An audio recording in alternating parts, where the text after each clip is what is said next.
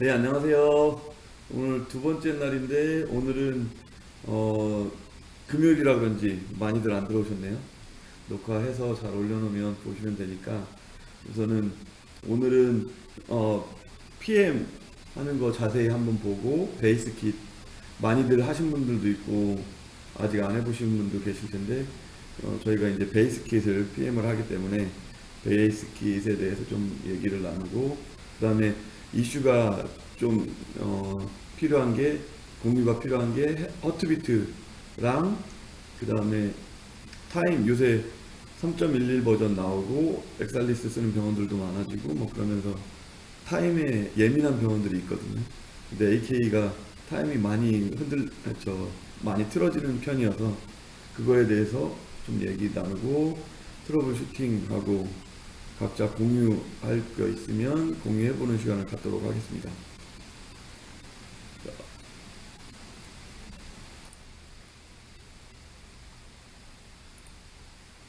자, 오늘은 뒤에 인디케이터 불이 어떤 램프가 있는데 그 램프의 의미 그리고 배터리 교체할 때 인디케이터를 보게 되거든요.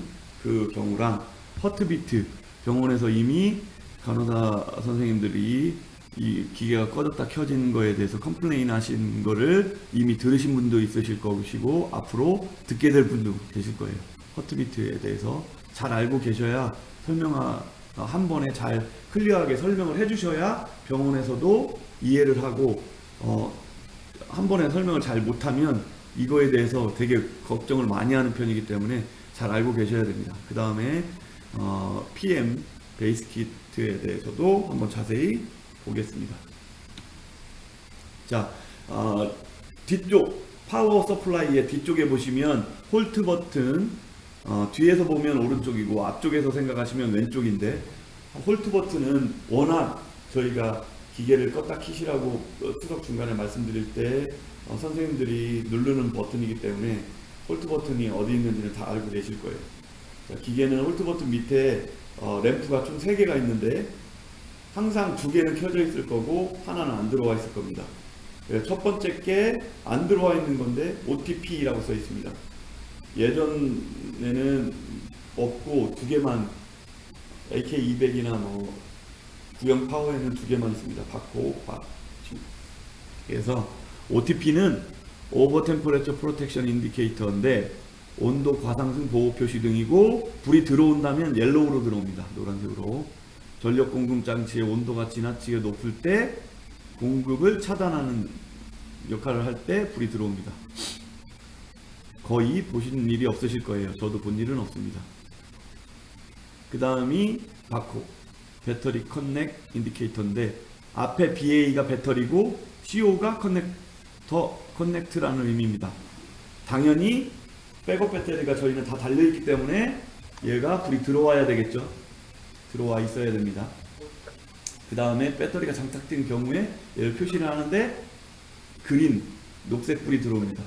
그 다음에 마지막 3번째가 배터리 차지 인디케이터인데 앞에 의미는 똑같습니다. 배터리 BA, 차지 CH.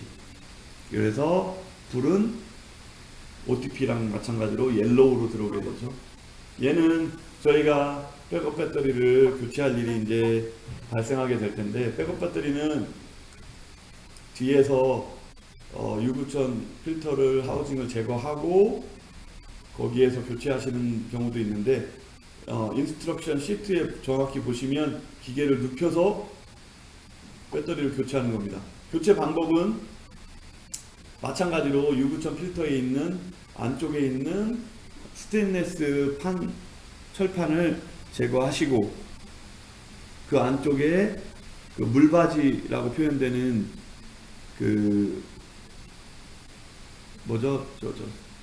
고무판 같은 게 있는데 그걸 이렇게 들어보시면 맨 안쪽에 나사가 하나 있습니다. 플라스틱 케이스를 고정해주는 나사거든요.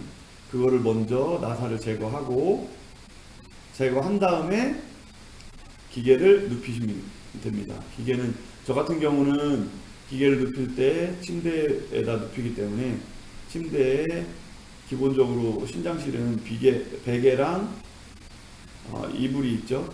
이불하고 베개를 옆에 쌓아놓고 보통 오른쪽으로 높이죠.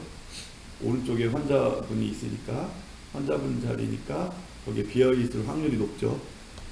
그러면 그쪽에 눕히는데, 반대쪽으로 눕힐 때는 반대쪽에 왼쪽에는 저희가 오리발이라고 표현하는 팁 걸치대가 있죠. 그거를 제거한 다음에 혹시나 부러질 수 있기 때문에 제거하고 침대 난간에 기계를 바짝 붙이고 눕히게 됩니다. 혼자서도 충분히 할 수 있고, 요즘은 전동으로 된 침대가 많기 때문에 전동 침대가 있으면 굉장히 쉽습니다. 그 전동 침대를 맨 아래로 낮춰서 기계를 갖다 대면 옆에 그 부분이 딱 맞게 들어가요. 그러면 침대를 위로 상승시키면 어느 순간 기계가 살짝 들립니다. 그때 눕히면 되고, 눕혀서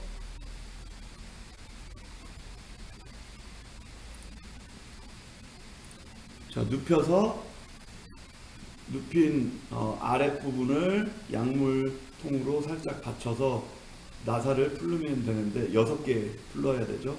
6개를 풀르고 2단계에서 바로 전 단계에 나사 하나 풀어놓는 걸 하지 않으면 다시 2단계에서 눕혀놓고 하면 좀 불편합니다. 그래서 나사를 제거하고 저거를 배터리를 빼서 교체하시면 되는데, 이 교체하시고 나서 이 불을 꼭 확인하셔야 돼요. 간혹 가다가 이 케이스에 넣을 때 대부분 잘 빠지거든요, 커넥터가. 그래서 이 인디케이터를 자주 보시게 될 거예요, 배터리 교체하실 때.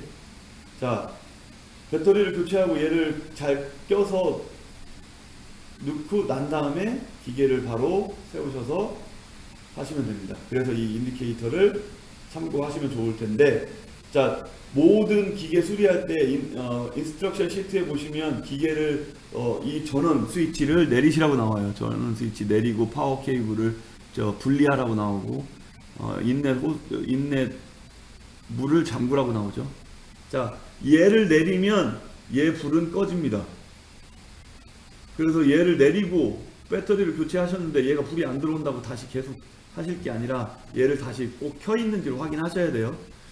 얘는 올라가 있을 때 얘를 충전할 수 있는 환경이 됩니다. 내리면 전원이 완전히 차단되는 거기 때문에 메인 스위치가 올라가 있을 때만 커넥이 되고 차지 램프에 불이 들어옵니다. 그 용도로 잘 활용하시면 될 것 같습니다. 자, 이제 저희가 이제 허트비트에 대해서 알아볼 텐데, 허트비트는 그 매뉴얼로 표현은 오토매틱 리스타트입니다. 저희는 허트비트라고 오류 목록에 저장되기 때문에 허트비트라고 흔히 표현을 하죠. 허트비트는 오류 목록에 허트비트 에러 머신 리스타티드라고 나오는데, 얘만 단독으로 뜨는 경우보다는 같이 뜹니다. 얘가 허트비트가 왜 떴는지, 뭐 프리셋 에러도 나오고 프리셋 베리어블 모드 나오고 그 다음에 볼티지 에러도 나오고 여러 개예요. 같이 나오는 에러는. 자, 오토매틱 리스타트는 뭐냐, 그 전에 AK98 프로그램의 리커버리 프로세스라고 생각하시면 됩니다. 페이션트 세이프 스테이트로 들어가는 건데, 저희가 흔히 아티스나 피닉스는 페이션트 세이프 스테이트가 되면 알람을 막 울리면서 빨간색 램프로 되게 시끄럽게 하죠. 그러면 선생님들이, 간호사들이 가서 화면을 보고 껐다 켜야지 하고 껐다 키죠. 피닉스는 껐다 키면 플러스 마이너스를 해야 돌아오고, 아티스는 그냥 껐다 키면, 또한 프리즈마 플렉스도 마찬가지죠. 껐다 키면 돌아오죠. 물론 문이 뭐 이렇게 확인 버튼은 나오고. 근데 얘는 지가 스스로 그걸 한다고 보시면 돼요. 스스로 꺼졌다 켜지면서 테스트들을 하게 되고 하는데 1분 이내입니다. 그 다음에 스크린 오프, 약 10초 동안 스크린이 꺼졌다 켜지고 블러드 펌프는 당연히 멈추게 되겠죠. 자, 이때가 문제예요. 선생님들은 이걸 알고 있다면, 알고 있어도 솔직히 깜짝 놀라죠. 투석 중간에 기계가 꺼졌다 켜지는 게 쉬운 건 아니니까요. 그러니까 기계가 꺼졌다 켜질 때 그걸 보면 깜짝 놀랍니다.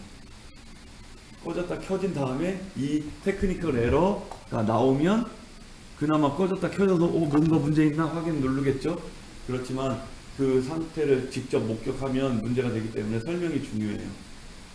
자, 1분 이내에 발생하고 스크린 오프가 10초고 블러드 펌프가 멈추고 얘가 기계가 꺼졌다 켜지는데, 오토매틱 리스타트가 꺼졌다 켜지고 난 다음에는 알람을 발생하는데, 셋업 테스트, 펑셔널 체크 할 때나 프라이밍 할 때, 특히 치료, 투석 중간에 이런 오토매틱 리스타트가 발생한다면 테크니컬 에러 1, 2, 3 하고 레드램프가 깜빡거리고 사운드 비품이 울립니다. 화면에 보이시는 오른쪽 그래픽이 1, 2, 3 에러예요. 지금 저희는 한글 버전을 쓰고 있기 때문에 기술상의 오류, 기계가 자동으로 꺼졌다 켜짐, 확인을 눌러주세요. 이렇게 나옵니다. 이따가 그것도 또 보게 되겠지만 에러 코드 번호는 1, 2, 3입니다. 또한 소독 중간에도 이 현상은 있을 수 있는데, 오토매틱 리스타트는 그럴 때는 테크니컬 에러 586 리스타티드 애프터 파워 페일러, 전원이 꺼졌다 다시 동작했다, 옐로우 램프가 뜨고 사운드가 울리겠죠. 그런데 이렇게 나오고, 오류 목록에는 저희는 흔히 이런 현상이 있거나 기술상의 오류가 발생하면 오류 목록을 보게 되죠. 오류 목록에는 허트비트 에러, 머신 리스타트, 그래서 저희가 허트비트 에러로 통칭하게 되는 겁니다. 허트비트 에러는 대부분은 보니까 볼티지 에러랑 같이 나와요. 아마 꺼졌다 키면서 그냥 볼티지 에러는 전원을 강제적으로 홀트 버튼을 눌렀기 때문에, 혹은 얘는 지가 스스로 전원을 차단해서 했기 때문에 볼티지 에러는 기본적으로 나오는 것 같아요. 그 외에 뭐 프리셋, 베리어블 프리셋, 이 없다, 뭐 이런 것도 나오고, 그 다음에 여러 가지가 나옵니다. 뭐 커먼 에러라든지 그런 에러가 당연히 그런 것 때문에 얘가 발생한 거기 때문에 같이 뜨게 됩니다. 자, 오토매틱 리스타트, 허트비트 에러는 아주 드물게 무작위로 발생합니다. 기계가 뭐 20대, 30대, 40대 이렇게 있는데 막 돌아가면, 근데 희한하게도 한번 뜰 때 한 두세 대가 며칠 간격으로 뜨는 경우가 종종 있기도 해요. 그래서 더 선생님들이 왜 그런지 궁금해하기도 하고요. 그래서 간호사에게 설명하는 게, 미리 설명하는 게 중요합니다. 저희도 그래서 설명하지만 교육부에서도 설명을 해요. 꼭 설명하는 게, 미리 설명해 주는 게 선생님들한테 이해를 얻기도 쉽고, 그 다음에 그거에 대한 공포에 대해서 불안을 갖지 않게 하는 데도 되게 중요합니다. 그런데 얘가 30일 이내에 3회 이상 발생하면 치료 중단 알람을 발생시키는데, 그때 발생하는 에러가 테크니컬 에러 1, 2, 4 기술 서비스 요청하라고 나옵니다. 레드램프가 깜빡거리고 사운드가 나와요. 자, 그런데 저희가 여기에서 이 설명만 듣고 테크니컬 에러 1, 2, 4가 30일 이내에 3회 이상 발생하면 치료 중단 알람 발생하고 그 알람이 테크니컬 에러 1, 2, 4입니다. 선생님한테 설명하면 바로 다음날 전화 옵니다. 기술상의 오류 떴는데 1, 2, 4 썼다고. 이거 오토매틱 리스타트 허트비트 에러 3번 나온 거냐고. 아니에요. 그렇게 생각하시면 안 됩니다. 1, 2, 4는 우리가 흔히 투석 중간에 선생님들한테 전화 받았을 때 테크니컬 에러 떴습니다 그러면 다 1, 2, 4예요. 그렇기 때문에 1, 2, 4가 얘만을 위한 오토매틱 리스타트를 위한 에러라고 보시면 안 됩니다. 설명 잘못하면 이제 허트비트 때문에, 허트비트로 가뜩이나 선생님들이 되게 불안해하는데 이거를 그렇게 설명하면 124 뜨면 이제 3회 이상 발생하는 경우도 있네 이렇게 전화 올 수가 있기 때문에 그걸 알고 계셔야 되고, 자 124는 저희가 저희는 거의 서비스 매뉴얼을 보기 때문에 오퍼레이터 매뉴얼을 볼 일이 거의 없습니다. 그래서 제가 어제 드린 자료에는 오퍼레이터 매뉴얼 한글 버전이 있어요. 그것도 한번 보면 도움이 된다는 게 이런 경우에 해당되는데, 124는 저희가 항상 저 병원에서 투석 중간에 선생님 기술상의 오류 떴습니다. 전화 받으면 다 124예요. 124는 그러면 저희가 지금 여기에 나오는 것처럼 테크니컬 서비스라고 나오는데 다 그럼 환자를 분리하고 저희한테 연락하느냐? 아닙니다. 저희한테 전화 오면 당연히 선생님 홀트 버튼 한번 눌러서 다시 해보시고 오류 목록을 사진 찍어서 보내주세요. 그러지 저희가 124로 뭐를 판단하지 않죠. 얘도 마찬가지입니다. 124가 떴으면 당연히 홀트 버튼을 한번 눌러서 써보셔야 되고, 124는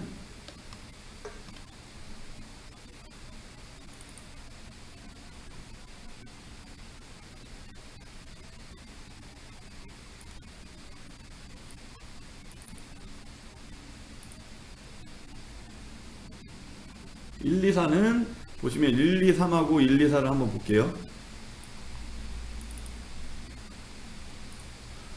123은 오퍼레이터 매뉴얼에 이렇게 나옵니다. 기술상의 오류. 123 기술상의 오류는 기계가 자동으로 다시 작동하였습니다. 계속하려면 확인을 누르십시오. 기계에 기술적 결함이 있는 경우 시도가 실수행됩니다. 실패할 경우 경고가 나타납니다. 확인을 누릅니다. 오류 목록을 엽니다. 기능 버튼, 서비스 버튼, 오류 목록 탭 해서 그거를 무슨 있는지 읽고 기록해 놓습니다. 저희는 흔히 사진을 찍어서 저희한테 보내죠, 간호사가. 그래서 다시 확인을 누르면 넘어가는데, 24는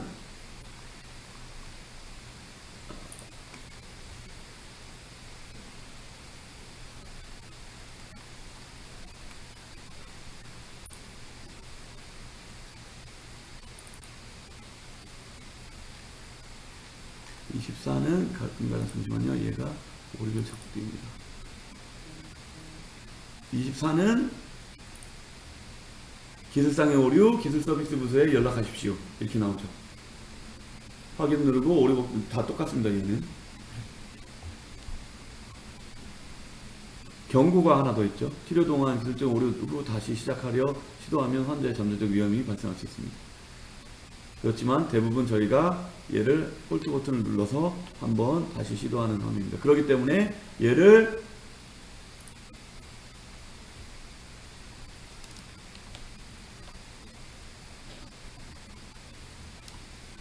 선생님들한테 설명할 때 124가 얘만을 위한 에러 번호라고 설명하시면 안 되고, 테크니컬 에러가 발생합니다. 3회 이상 뜨면 안심하셔도 됩니다. 3회 이상은 얘가 스스로 판단해서 문제가 있으면 124를 띄우고, 124를 띄울 때 진짜로 무슨 문제인지 오류 목록에 같이 띄우게 돼 있어요. 대부분 보면 저희가 124를 보고 오류 목록을 보면 무슨 에러인지 나옵니다. 그죠? 디바타바가 나오든 아니면 디가싱 프레셔 컨트롤 에러가 뜨든 무슨 에러가 같이 뜨게 되죠. 진짜로 허트비트 에러다, 오토매틱 리스타트 에러 때문에 떴다 그러면 시스템상의 프로그램 관련해서가 뜨고, 진짜로 테크니컬 에러다, 문제가 있는 거다 그러면 오토매틱 리스타트랑 연관이 없다 그러면 에러가, 다른 에러가 진짜로 나오는 겁니다. 디바타바 뭐 이런 에러.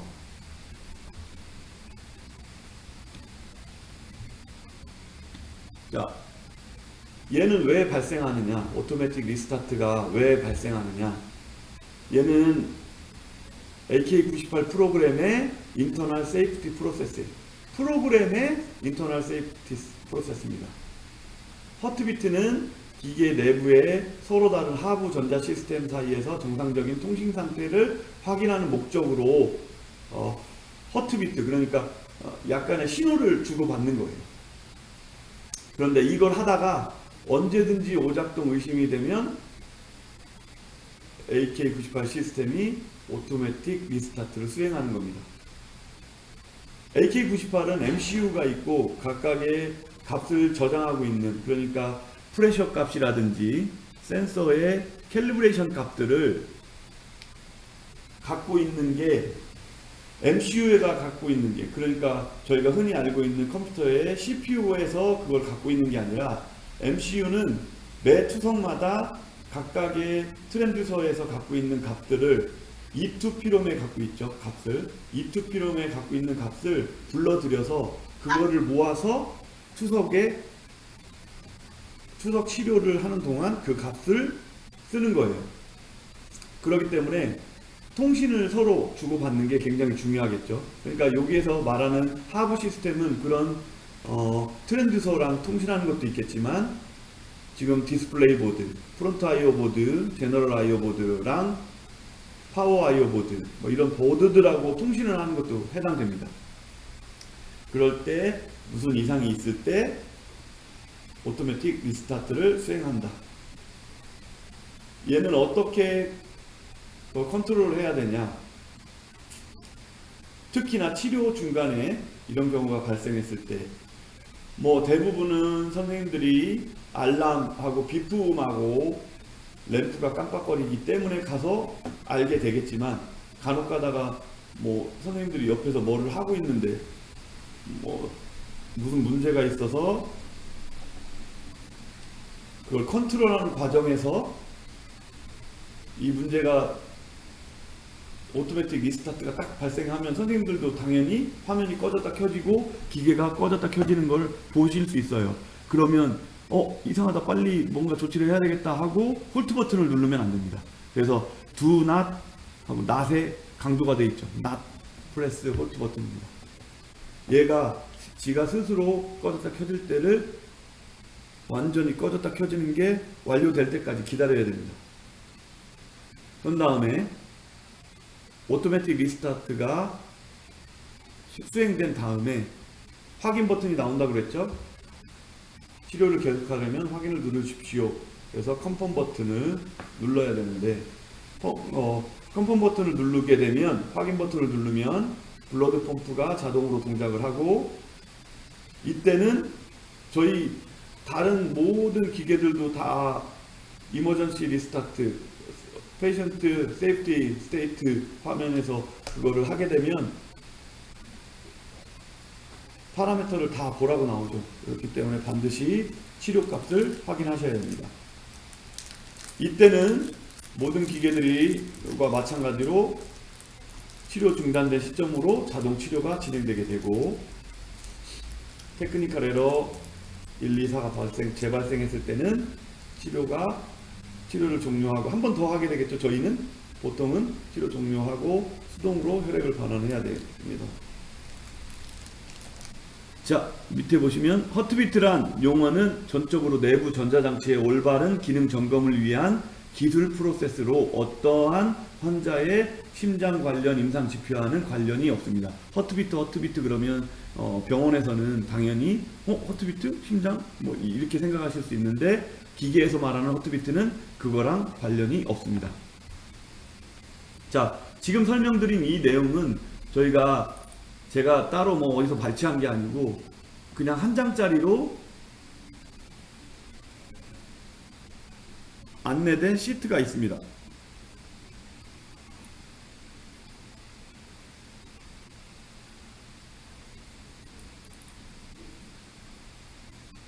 자, 저희가 얘를 이제 좀 더 한글로 만들어서 설명 자료를 만든 게 CS인가요? CS 부서에 있거든요. 근데 그게 이제 승인을 받지 않아서 아직 출력이라든지 뭐 이런 건 아직 안 한 것 같아요. 승인이 필요한 것 같더라고요. 그래서 저희가 병원에다 줄 수 있는 건 이 한 장짜리입니다. 다 제가 정리해드린 내용 똑같이 나와 있습니다. 얘도 제가 어제 전달 자료에 드린 거 거기에 나와 있고, 이거를 가지고 설명하면 더 설명하기가, 얘가 나한테 거짓말하나? 엔지니어가 생각할 수도 있기 때문에 이 자료를 갖다 드리고 잘 설명하시면 될 것 같습니다.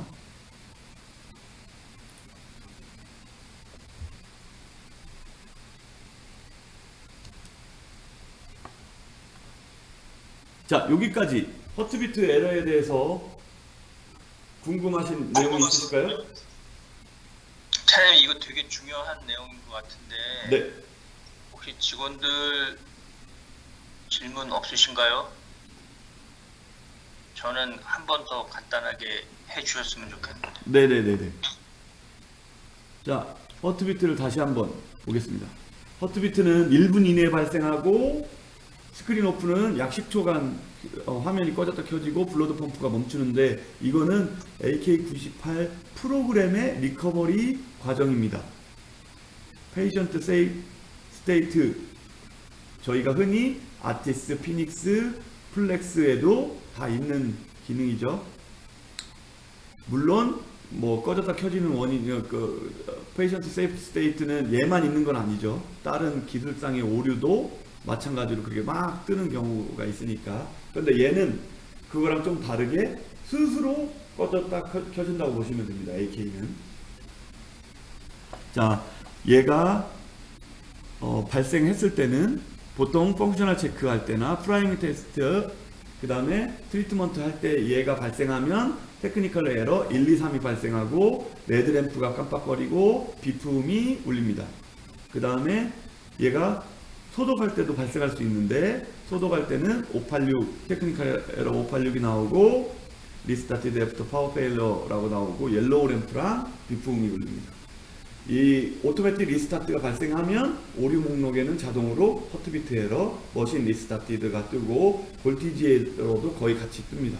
그 다음에 실제로 기술상의 오류가 떴으면 다른 에러도 같이 뜨겠죠. 근데 대부분은 아마 지가 스스로 꺼졌다 켜지는 오토매틱 리스타트 현상이 있었다면 허트비트 에러랑 그 프로그램 보드나 프로그램 관련된 전자적인 관련된 에러만 아마 같이 뜰 거예요. 실제로 오류 목록에 다른 게 있다면 그게 문제가 있는 거니까 그렇게 이해하시면 되고, 허트비트는 저희가 홀트 버튼을 눌러도 허트비트가 뜹니다. 자, 1, 2, 3 화면은 테크니컬 에러, 그래픽에 보시는 것처럼 이렇게 나오고 확인 버튼이 여기 있습니다. 얘를 누르면 됩니다. 자, 1, 2, 4는 얘는 드물고 무작위적으로 발생을 하는데 간호사에게 미리 설명해 놓는 게 좋습니다. 이미 발생한 다음에 설명을 하면 기계가 뭔가 문제가 있다고 생각하지 그거를 정상적인 기능이라고 생각하는 경우는 많지 않습니다. 그렇기 때문에 미리 설명해 놓으면 이런 것도 있구나 라고 생각해서 그래도 불안해 하시긴 하겠지만, 그렇게 설명을 먼저 해 놓으면 훨씬 그런 데미지가 적죠. 그 다음에 또 한 번 설명드릴 때 30일 이내에 이런 현상이 3회 이상 발생하면 다른 테크니컬 에러가 떠서 저희한테 알려주라고 하니까 안심하셔도 됩니다. 이렇게 말씀을 드리면 훨씬 나을 것 같아요. 테크니컬 에러가 발생을 하는데 그때는 1, 2, 4가 발생을 하고 실제로 뭔가 문제가 있으니까 30일 이내, 특히나 뭐 문제 있으면 30일이 아니라 하루, 뭐 며칠 사이에 발생하겠죠. 그렇기 때문에 그때는 1, 2, 4가 테크니컬 에러입니다. 저희가 흔히 보는 1, 2, 4 에러는 테크니컬 에러입니다. 그러니까 기계가 실제로 문제가 있을 때도 1, 2, 4 에러를 띄우기 때문에 1, 2, 3이 30일 이내에 3회 이상 발생하면 1, 2, 4가 띄웁니다 할 때도 조심하셔야 된다는 게 계속 말씀드리지만 1, 2, 4는 항상 저희가 추석 중간에 발생하는 기술상의 오류는 1, 2, 4예요. 그렇기 때문에 1, 2, 4에 대해서 뭔가 특별한 에러다, 이것만을 위한 1, 2, 3 에러가 3회 이상 발생했을 때 발생하는 에러다 라고 설명하면 안 됩니다. 3회 이상 발생했을 때는 진짜로 뭔가 문제가 있기 때문에 테크니컬 에러 1, 2, 4가 발생하는 거고 그때는 저희한테 연락하시면 됩니다. 이렇게 설명하셔야 돼요. 자, 오퍼레이터 매뉴얼을 보시면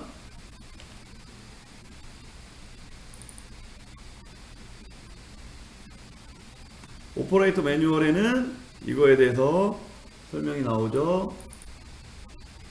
기술상의 오류 1, 2, 3, 뭐 기계를 꺼졌다 켜진 거기 때문에 기계의 확인 버튼을 눌러서 오류 목록을 봐야 되는데, 기능 버튼의 서비스의 오류 목록이죠. 탭에서 저희는 대부분 여기는 기록해 놓으라고 되어 있지만 사진을 찍어서 보내달라고 그러죠. 선생님들은 대부분 오류 났어요. 그럼 선생님 번호가 뭐예요? 그럼 123이에요. 124예요. 이렇게 말씀하시죠.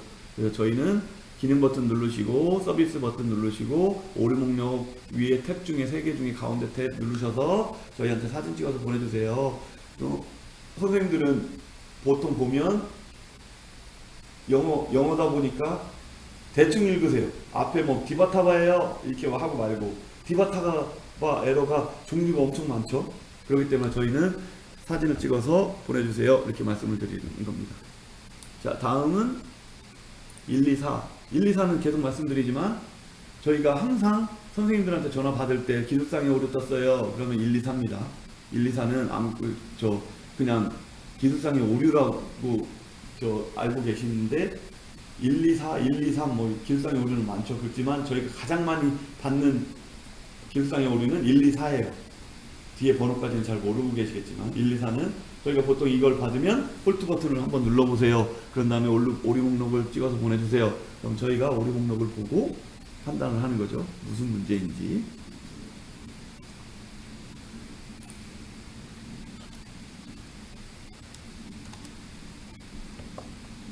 자, 오토매틱 리스타트, 그러니까 허트비트 에러는 왜 발생하느냐. 인터널 세이프티 프로세스인데 허트비트는 기계 내부 서로 다른 하부 전자 시스템 사이에서 정상적으로 통신 상태가 되고 있는지를 확인하는 목적으로 하는 거고, 이 인터널 세이프티 프로세스를 진행하다가 언제든지 조금이라도 오작동이 의심되면 한번 오토매틱 리스타트를 수행하는 겁니다. 대부분은 확인 버튼 눌러달라는 비품 보고 선생님들이 얘가 기계가 꺼졌다 켜졌구나 알고 계시겠지만, 간혹 가다가 무슨 문제가 기계에 있어서 환자 클롯이라든지 무슨 문제가 있어서 기계를 막 옆에서 액션을 취하는 와중에도 오토매틱 리스타트가 수행될 수 있겠죠. 당연히 기계가 예를 들어서 무슨 문제가 있어서 다른 거를 동작을 제대로 안 되고 있어도 얘가 그런 현상이 있을 수 있는 거니까요. 그러면 간호사가 옆에서 있었기 때문에 기계가 꺼졌네 하고 기계를 켜려고 하다 보면 스위치는 올라가 있고, 그러면 홀트 버튼은 누르는 건 익숙하시고, 그러면 홀트 버튼을 누를 수 있기 때문에 절대 홀트 버튼을 누르지 말라고 말씀을 해 두셔야 돼요. 그냥 기다려라. 이게 저희 AK98 회의할 때 싱가포르인가 어디에서, 이건 아니지만 그냥 기계가 투석 중간에 꺼져서 안 돌아오는 경우가 있었대요. 그냥 안 켜지고 그냥 블러드가 다 클롯된 경우가 있었다고 그러는데, 아직까지 저희는 그런 경우는 보고받지 못했습니다. 그렇기 때문에 꺼졌다 켜질 거예요. 그러면 그때까지 기다리셔야 됩니다. 절대 1분 이내라고 했으니까. 그런데 선생님들은 1분이 넘었던 것 같은데요 이렇게 말씀하시는 경우는 있습니다. 실제로 꺼졌다 켜지는 걸 보시면 당연히 시간은 엄청 길게 느껴지실 수도 있어요. 그리고 저희가 항상 저희끼리 말씀드리지만 매뉴얼에 1분이라고 했다고 정확하게 1분이라고 생각하시는 것도 조금 못 믿을 말이긴 하죠. 그리고 저희가 1분이 정확한 것도 아니고, 타이머가 이따가 리얼타임 캘리브레이션에서 대해서도 말씀드리겠지만, 그렇기 때문에 1분 언저리라고 생각하시면 될 것 같아요. 그래서 얘는 꺼졌다 켜지고 난 다음에 컨펌 오퍼레이터한테 확인을 해달라고 나오고, 확인을 누르면 블러드 펌프가 자동으로 동작하고, 이때 환자분의 체중이라든지 남은 시간이 정확한지 확인을 하셔야 되고, 기계가 꺼졌다 켜지는 거에 대해서 치료 중단된 시점으로 자동으로 자동 치료를 진행하지만 값이 다 돌아오지만 그래도 만에 하나 안 돌아오는 경우가 있겠죠. 프로그램 문제였기 때문에 그거를 저장해 놨던 것도 잊어버릴 수도 있는 거고, 그렇기 때문에 반드시 치료값은 확인하셔야 됩니다. 124가 발생했을 때는 치료를 종료하고 수동 혈액 반환을 하지만 저희는 당연히 한 번 더 시도를 해보겠죠. 홀트 버튼을. 그런 다음에 오류 목록을 읽어드리는 거고, 아까 말씀드린 대로 아까 그 허트비트 자료에도 이게 나와요. 저쪽으로 내부 전자장치의 올바른 기능을 점검을 위한 기술 프로세스지 환자 심장 관련 임상 지표와는 전혀 관련이 없다고 이 자료에도 나옵니다. 장복현입니다. 네. 하트비트 에러를 다른 방식으로 한번 표현을 해볼 테니까 틀린 부분이 있으면 수정을 해줘요. 네. 하트비트는 심장 박동을 나타내는데 뭐 박정호 차장 신부하고 들리는지는 모르겠고 이게 일종의 커뮤니케이션 에러인데 AK98 안에는 여러 I/O 보드들이 있죠. 디스플레이 I/O, 파워, 제너럴, 프론트 여러 I/O 보드들이 있는데 얘들 간의 커뮤니케이션이 잘 되는지 핑 테스트 같이 기계 내부적으로 커뮤니케이션을 확인을 하는데 주기적으로 커뮤니케이션 라인에 문제 있거나 어떤 I/O 보드가 문제가 있거나 그 I/O 보드와 연결이 된 어떤 부품에 문제가 있거나 해서 커뮤니케이션이 오류가 난 경우 하트비트라는 표현으로 표시가 되는데 여러분이 알고 싶어하는 건 하트비트 에러가 떴을 때 무엇을 바꾸면 되느냐라는 직접적인 질문을 할 수가 있는데 원인이 한 가지가 아니기 때문에 좀 전에 말씀드렸지만 여러 I/O 보드가 있고 I/O 보드 연결이 되어 있는 여러 부품이 있는데 걔들 중 어떤 하나가 문제가 생기면은 하트비트 에러가 발생이 되고 디지털 장비는 가장 강력한 트러블 슈팅이 패스트 리커버리이기 때문에 AK98은 자동으로 지금 프리즘 맥스 3.2에서 자동으로 리스타트 했듯이 얘도 자동으로 리스타트를 하고 그 결과만 사용자한테 보여주는 거죠. 이렇게 생각하는데 혹시 수정할 부분 수정해 주시죠. 없습니다, 부장님. 더 명확해졌습니다. 그 허트비트가 그 말씀하신 대로 핑 테스트랑 똑같다고 보시면 될 것 같아요. 자, 여기에도 이제 자료에도 보시면 그 경고가 아니죠. 굿투노우의 그런 내용이 있습니다.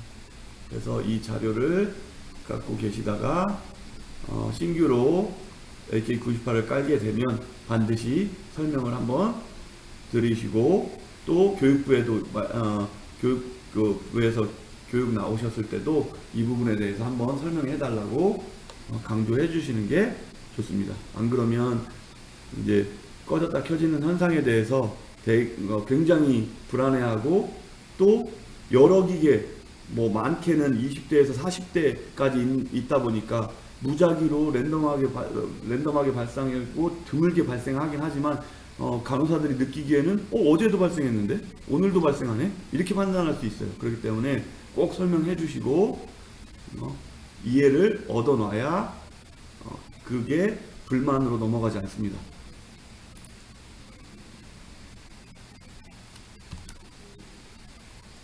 자, 저 질문이 있는데요. 네네. 네, 그럼 123번 알람 뜨면 그럼 뮤트만 누르고 기다리면 되는 건가요? 아니죠. 뮤트는 완전 누를 필요가 없죠. 그냥 꺼졌다 켜진 다음에 알람이 울리는 거기 때문에 알람이 울리는 게 아닙니다. 그냥 꺼졌다 켜지는 거고 완전히 꺼졌다 켜진 다음에 알람이 울리는 거기 때문에 가서 확인을 눌러주시거나 물론 시끄러워하고 먼저 뮤트를 누르고 확인을 누를 수도 있겠죠. 네. 네네, 알겠습니다. 네. 자, 다음은 이제 저희가 작년까지는 A키트에 대해서 PM을 했었는데 올해부터는 이제 베이스킷을 PM을 해야 됩니다. 베이스킷 PM을 이미 해보신 분도 있고 안 해보신 분도 있는데 베이스킷에 들어있는 거에서부터 한번 설명을 드릴게요. 베이스킷에는 A킷에도 들어있죠. 저희 에어 필터가 파워 거랑 장비 거 두 개가 들어있습니다. 검정색, 하얀색 하나씩 들어있고 납작 필터라고 하는 파티클 필터가 3개가 들어있습니다. 총 3개. 어제 제가 플로우패스 설명드릴 때 총 3개가 있다고 그랬죠. 다 외부에서 약물을 빨아들이는 쪽에 이 파티클 필터가 있습니다. 납작 필터라고 저희가 얘기를 하는데 A 약물을 빨아들이기 때문에 A 약물 펌프 밑에 쪽에 하나 달려있고 바이카트에서 들어오는 쪽도 있기 때문에 풀바 맨 위에 있는 밸브 3웨이 밸브 물 잘 새는 3웨이 밸브에 하나 들어있고 그 다음에 맨 아래에 케미칼 바이패스 밸브, 아래에도 이 납작 필터가 달려 있습니다. 앞에서 보시면 잘 안 보여요. 마지막 말씀드린 이 필터는 밑에서 옆에서 살짝 보시면 안쪽으로 달려 있습니다. 그리고 약물 오링이 파란색 약물 오링이죠. 4개 들어 있고, 그 다음에 아주 작은 오링이 2개가 달려 있는데 피메일 커넥터용 2개가 있습니다. 얘를 꽂아서 살짝 눌러 주시면 얘가 살짝 튀어나오거든요. 핀셋 같은 걸로 빼서 교체해 주시면 됩니다. 다음은 레벨 디텍터에 이 오링이, 보통 저희가 가끔 이제 수리보러 기계 보러 가셔서 기계를 열어보면 리크를 확인하게 되는데 여기에 리크 흔적이 많은 경우가 있죠. 소독 중에 새고 그냥 추석에는 문제가 없이 그냥 잘 넘어가는 경우가 많은 것 같습니다. 그래서 여기에 막 가루 같은 게 많이 껴 있죠. 얘도 갈고, 저희가 A키트만 몇 년째 계속 PM을 했었는데 실제로 서비스 환경에서 보면 베이스 키트 PM이 필요해 보여요. 얘도 새는 경우가 아주 가끔 오래 쓰면 있거든요. 얘야 뭐 당연히 많이 교체도 해드리고 병원에다도 여분의 오링도 제공해드리고 있기 때문에 당연히 갈아주면 좋은 부분이고, 저 같은 경우는 얘를 가를 때 이 부분은 뜨거운 물로 담궈 놓고 이 부분도 뜨거운 물로 청소해 주면 훨씬 오래 쓰고 원래는 병원에서 선생님들이 해야 되겠지만 설명을 드려도 그게 쉬운 절차는 아니에요. 선생님들이 잘 하지 않아요. 지키지 않습니다. 그렇다고 저희가 강압적으로 해야 됩니다 이렇게 할 수도 없고. 자, 이 오링은 가장 큰 오링인데 하나 들어있죠. 그리고 자, 여기에서 보시면 9008이죠. 여기도 9008입니다. 그래서 디가싱 챔버가 있고 얘랑 비슷하게 생긴 챔버가 또 있죠. 믹싱 챔버가 2개가 있습니다. 그래서 총 5개가 들어있어요. 100, 31, 9008은 오링이 5개가 들어있습니다. 그래서 디가싱 챔버 여기에 탑밸브에 갈고, 믹싱 챔버 각각 2개 갈고, 얘는 많이 삭은 경우가 있지만 믹싱 챔버는 많이 삭진 않아요. 그래도 갈아 주셔야 되고, 가를 때 여기는 탑밸브로 표현되고 믹싱 챔버에도 이건 비슷한 게 있지만 거기는 움푹 들어간 곳에 아주 미세한 구멍이 있거든요. 그 구멍에 뭔가 막 이물질이 있는지 없는지도 확인하시고 갈고, 얘는 구형 바이카트 홀더에 쓰는 겁니다. 구형 바이카트 홀더에 오링을 교체하시고, 그러니까 총 5개 들어있고, 그 다음에 플루이드 튜브 용으로 2개가 들어있습니다. 자, 그 다음에 하나, 2개가 들어있는 U9000 필터 하우징의 오링입니다. 얘가 2개 들어있고 얘가 2개 들어있다 보니까 헷갈리시는 경우가 있는데 얘는 9009입니다. 사이즈가 약간 얘가 더 크거든요. 9029가. 그렇기 때문에 그냥 갖다 대보시는 것도 좋겠지만 그냥 9009는 쓰는 플루이드 튜브에 쓰는 거다. 나머지 2개는 U9000. 얘는 좀 다르게 생겼습니다. 오링이.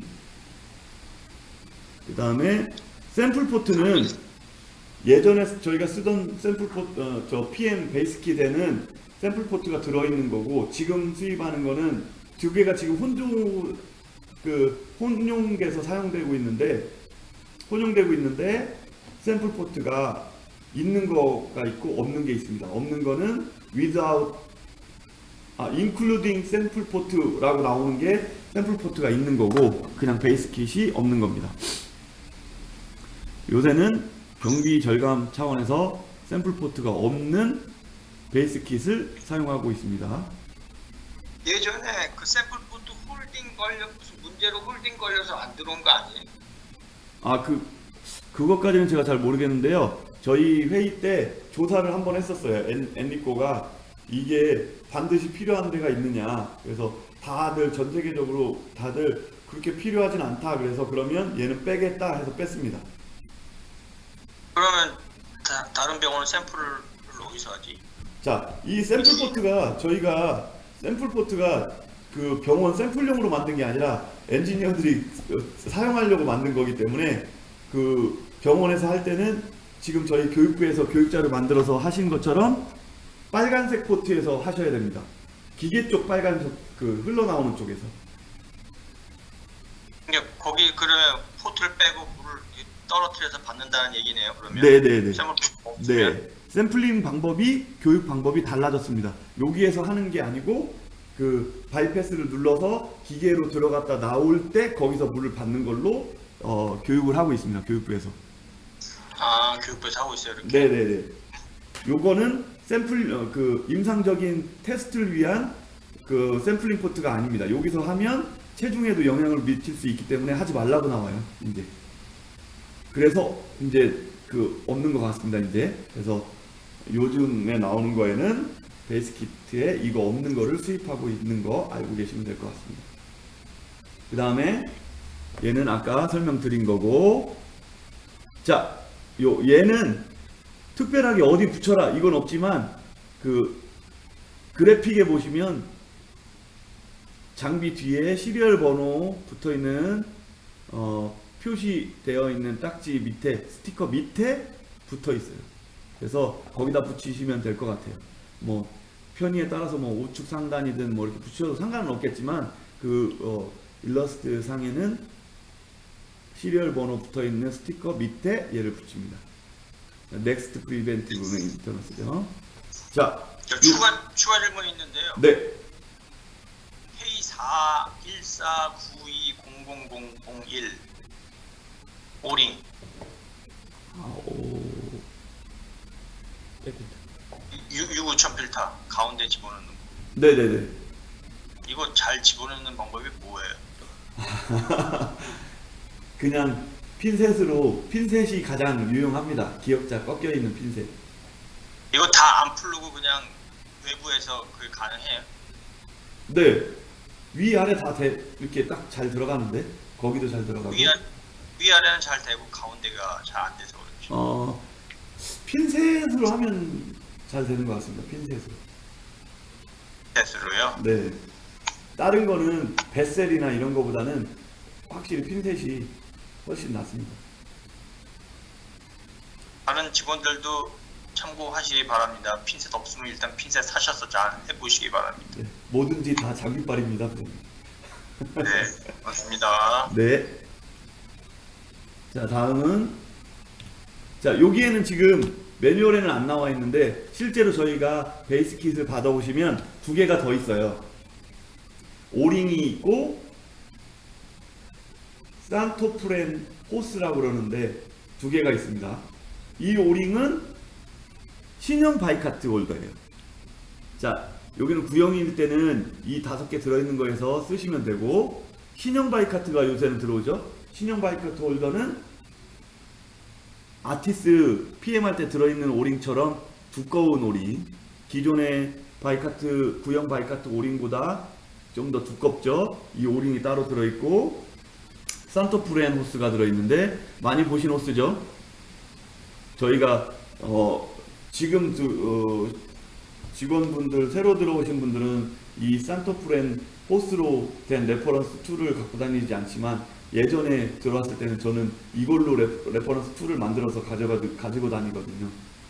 경화도 안 되고, 지금 갖고 다니시는 그 투명 호스는 경화도 되고 뭐 여름에는 좀 더 편하지만 겨울에는 막 더 뻣뻣해져 있고 막 그런 경향이 있는데, 얘는 그냥 끼기도 편하고 어디에 갖다 접합하기도 편하고 되게 편한 산토프렌 호스입니다. 제가 이게 무슨 호스인가 한번 해서 찾아봤더니 미국 회사가 개발한 호스라고 나오더라고요. 그래서 경화되지 않는 호스. 열이 보통 플라스틱이나 고무는 열이 가해지면 경화되고 변형되고 손상되고, 그런데 얘는 오히려 열을 가해주면 더 부들부들해져서 변형이 쉽게 되는 성질이 있는 호스랍니다. 얘는 어디 달려있죠? 자, 질문을 한번 해볼까요?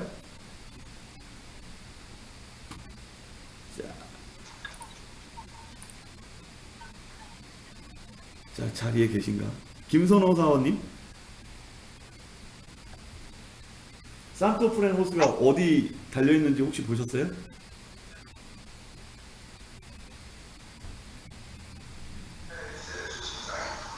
안 듣고 있는 것 같습니다. 지금 일하고 계신 것 같죠? 그러면 방 5-3번 선택해 보시죠. 맥꼭대기 뭐 김동혁 차장님. 예, 듣는 것 같습니다. 이거 어디서 최고의 레벨 디텍터 꽂히는 부분이 있습니다. 네, 맞습니다. 그 얘도 레벨 디텍터 위쪽에 보시면 이베큐에이션 밸브랑 연결되어 있는 호스죠. 이 부분 가를 때 굉장히 힘들어 하세요. 왜냐면 그 레벨 디텍터에서 뽑을 때는 이 호스가 호스 양쪽 끝단에 플라스틱 그 밴드가 있죠. 잘 안 빠지라고, 고정되라고. 아마 열 가해지면 부들부들해지고 뭐 변형이 잘 되는 성질 때문에 그게 좀 더 고정하기 위해서 플라스틱으로 하얀색으로 된 고정되는 게 있는데, 어떻게 됐던 저희가 레벨 디텍터를 PM 하면서 오링을 갈아야 되기 때문에 얘를 분리하셔야죠. 여기에 산토프렌 호스가 부착되어 있어요. 여기에 얘도 교체를 하는 거기 때문에 얘를 산토프렌 호스를 분리하고 오링을 교체할 때 얘를 교체한 다음에 얘가 빠져 있을 때 이 산토프렌 호스를 교체하는 게 가장 편합니다. 교체하실 때는 이쪽 한쪽은 레벨 디텍터지만 한쪽은 이베큐에이션 밸브에 붙어 있어요. 얘가 리지드 커넥터에 붙어 있다 보니까 이쪽 편을 리지드 커넥터 리지드 커넥터에 플라스틱 커넥터가 얇은 게 붙어 있고 거기에 얘를 끼게 되는데, 리지드 커넥터다 보니까 얘가 고정되어 있는 게 아니고 위아래로 막 돌아가요. 그렇기 때문에 얘를 끼기가 쉽지 않은데 레벨 디텍터가 없는 환경에서 그거를 하면 훨씬 쉽습니다. 한 가지 팁을 드리자면, 레벨 디텍터를 붙이고 얘를 교체하지 마시고 레벨 디텍터가 나와 있는 상태에서 얘를 다시 교체하시면서 리지드 커넥터 쪽에 커넥터를 연결하시고 그 다음에 얘를 연결하시는 게 편합니다. 연결하시고 산토프렌 호스 보시면 이제 한 다음에 저희가 체크리스트에 보시면 거의 한 장, 양쪽 면으로 한 장 정도 되는 체크리스트 항목들이 있습니다. 그 항목을 간단하게 정리해 놓은 내용인데, 우선은 블러드 펌프 내 외부의 나사를 확인하라고 나와요. 다 나사 확인하고 그 다음에 2년에 한 번 하는 PM이다 보니까 호스밴드 확인. 호스밴드도 히팅하러가 있는 병원 같은 경우는 경화되다 보니까 호스밴드를 잘 체결했지만 딱딱해지고 하면서 거기서 물이 새는 경우가 왕왕 있습니다. 드물지는 않아요. 오래된 병원일수록 종종 새는 경우가 있습니다. 그래서 호스밴드 확인하라고 나오고, 바퀴 상태 확인. 바퀴도 많이 손상되죠. 바이카트를 약물을 안 빼고 그냥 잡아당겨서 빼고 그러는 병원에서 특히나 BPM 커넥터라든지 장비의 바퀴 손상이 많이 있습니다. 그 다음에 오류 목록 버퍼를 확인하는 건데, 오류 목록에 무슨 문제가 있었는지, 오류 목록만 봐도 주기적으로 무슨 문제가 예를 들어서 대부분 저희가 오류가 있으면 홀트 버튼 누르고 혹은 해결되면 넘어가고 뭐 이렇게 하는 거기 때문에, 선생님들이 경력이 오래되다 보면 오류 목록 나올 정도로 기술상의 오류가 나와도 홀트 버튼 눌러서 해결되고, 아니면 홀트 버튼 누르고 해도 안 되면 그냥 히팅 한번 하고 쓰는 경우가 있다. 그러면 저희한테 얘기 안 할 수도 있잖아요. 그렇기 때문에 오류 목록을 확인하셔서 주기적으로 무슨 문제가 발생한다면 그 문제에 대해서 접근하는 방법도 좋은 방법이겠죠. 한번 내부 열어서 보실 때 한번 더 보시면 되니까, PM 하실 때 내부를 여는 거니까. 자, 그리고 누출 테스트 활성화라고 나옵니다. 누출 테스트 활성화는 유틸리티, 기능 버튼, 서비스 버튼, 유틸리티 버튼, 서비스 테스트, 리퀴지 테스트라고 있어요. 해보신 분도 있고 안 해보신 분도 있겠지만, 누출 테스트 활성화는 거기에 이제 누르면 체크 표시랑 녹색으로 변하면서 누출 테스트를 하게 되는데 얘는 한 번만 합니다. 얘를 눌러서 해놓으면 계속 그게 활성화되어 있는 게 아니고 첫 번째 테스트 할 때만 활성화되는 거고, 셋업을 들어갈 때 바이카트랑 약물 포트가 기계에 있어야 돼요. 바이카트 꽂는 거 아니고 그냥 모두 다 없는 상태에서 누출 테스트를 합니다. 바이카트랑 A 약물을 꽂으면 기계 바이카트 제거하라고 나오고 약물 포트를 기계로 넣어놓으라고 나와요. 그래서 기계를 키자마자 누출 테스트를 얘가 하는 겁니다. 그래서 통과되면 누출 테스트 성공이라고 나오고, 얘는 밸브의 인스트럭션 시트에 보시면 밸브에도 누출 테스트 하라고 나옵니다. 밸브를 교체한 다음에. 특히나 매뉴얼에는 케미칼 관련된 밸브를 교체했을 때 누출 테스트 하는 걸로 나옵니다. 누출 테스트 하셔야 되고, 한 번만 한다고 그랬죠. 셋업 테스트 한 번 하면 다시 비활성화 됩니다. 지가 스스로. 그 다음에 BPM 테스트. BPM 테스트는 매뉴얼에는 테스트 툴이 있어요. 팔뚝만한 뭐 이렇게 통 같은 거를 이렇게 말아서, 저희는 대부분 그냥 팔뚝에 그냥 말아서 하죠. 테스트 할 거는 거기에 체크리스트에 여러 개가 있죠. 항목은 뭐 몇 초 안에 차는지 봐야 되고, 압력이 차는지 봐야 되고, 압력이 새는지 봐야 되고, 이런 테스트는 여러 개입니다. 간단하게 표시만 했을 뿐이에요. 여기에는. 다음에 프라임 디텍터 캘리브레이션. 값은 점점점 더러워지기도 하고, 그 유리관이 저희가 보통 보면 그 프라이밍 디텍터를 LED라고 표현하지만 엄격히 말하면 프라이밍 디텍터는 유리관을 통해서 이렇게 오는 거죠. 저희가 지금 보고 있는 거는 LED가 아니고 유리관이에요. 유리관이다 보니까 아무리 소프트한 블러드 라인이 들어간다고 해도 거기에 끼고 빼고 할 때 당연히 기스가 발생할 수 있고, 그 다음에 값도 오프셋 값도 계속 편차가 발생하겠죠. 그렇기 때문에 PM 할 때 병원에서 사용하는 블러드 라인으로 캘리브레이션을 한번 해주시는 게 좋습니다. 자, 그 다음 올 프레셔에 대한 0점을 확인하셔야 됩니다. 부장님 자꾸 마이크가 켜집니다. 이것만 하고 좀 쉴 테니까 참아주시죠. 그 다음에 0점을 확인해야 되는데 모든 프레셔 값에 0점입니다. 캘리브레이션은 아니고 0점이 잘 맞는지, 오차 범위 플러스 마이너스 3인가 틀어지면 하라고 돼 있을 거예요. 아트리 베인 같은 경우는.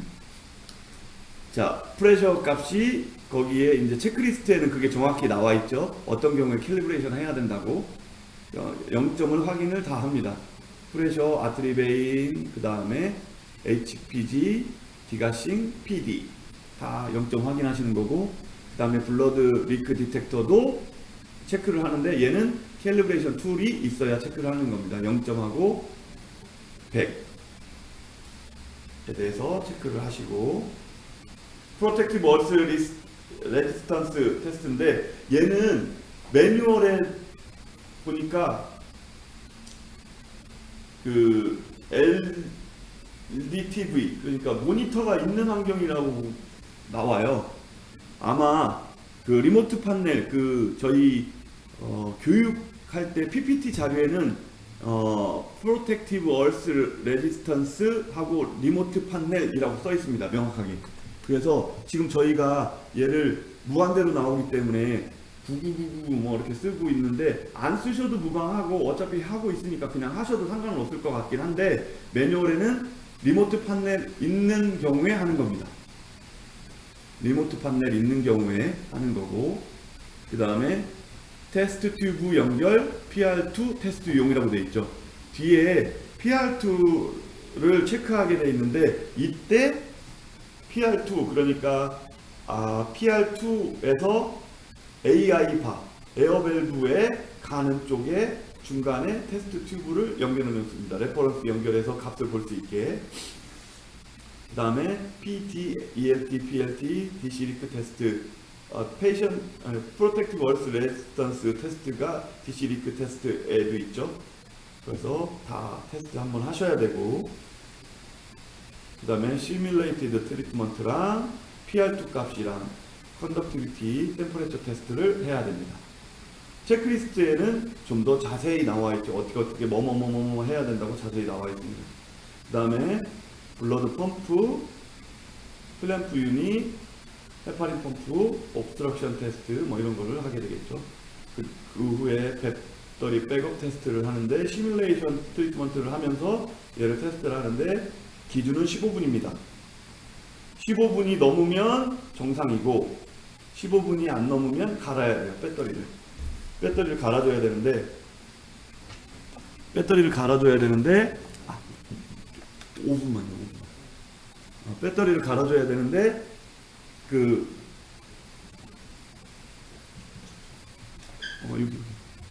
배터리를 갈아줘야 되는데, 배터리는 24시간이 완충입니다. 기준은 24시간이 완충 기준인데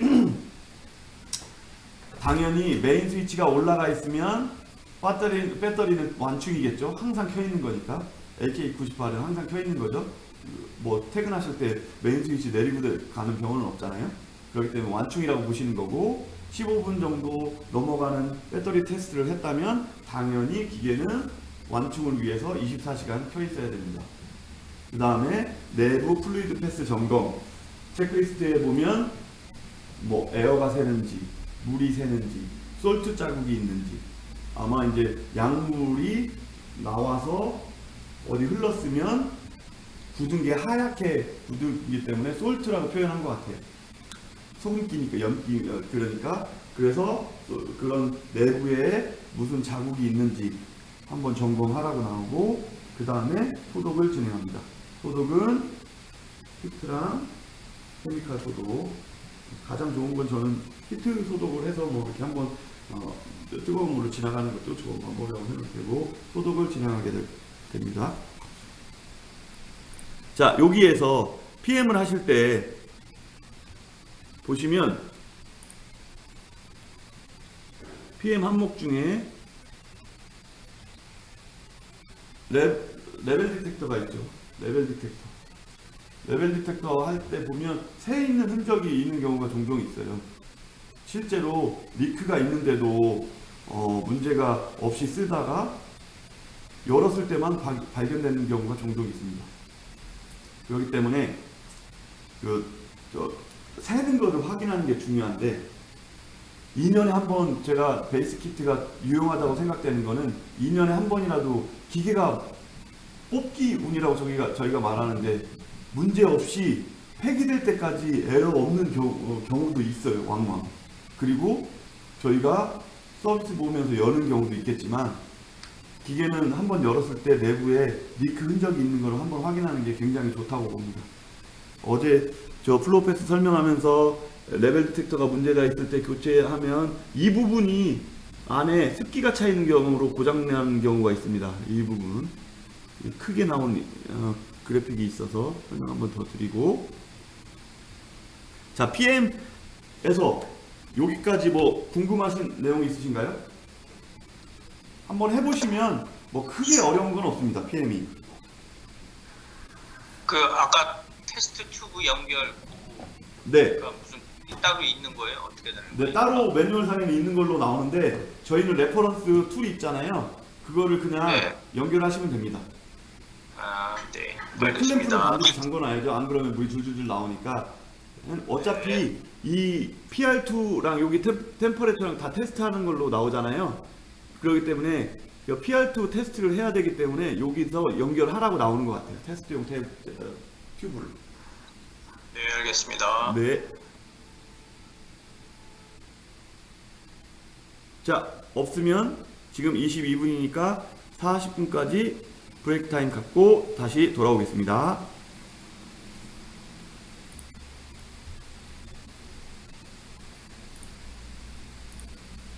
자, 이번 시간에는 트러블 슈팅도 서로 공유해보는 시간하고, 그 다음에 리얼타임 캘리브레이션 하고, 에러 저희가 추석 중간에 만나다 보니까 이제 컴플레인도 생기고 환자 옮겨야 되는 에러 020, 015에 대해서 좀 더 알아보고 AK는 대부분 에러 020, 015 아니면 워터 리크입니다. 리크 때문에 문제되는 경우가 뭐 콸콸콸 새서 그렇게 되는 경우보다는 아주 리크 쪽으로 아주 미세하게 새서 문제되는 경우가 많습니다.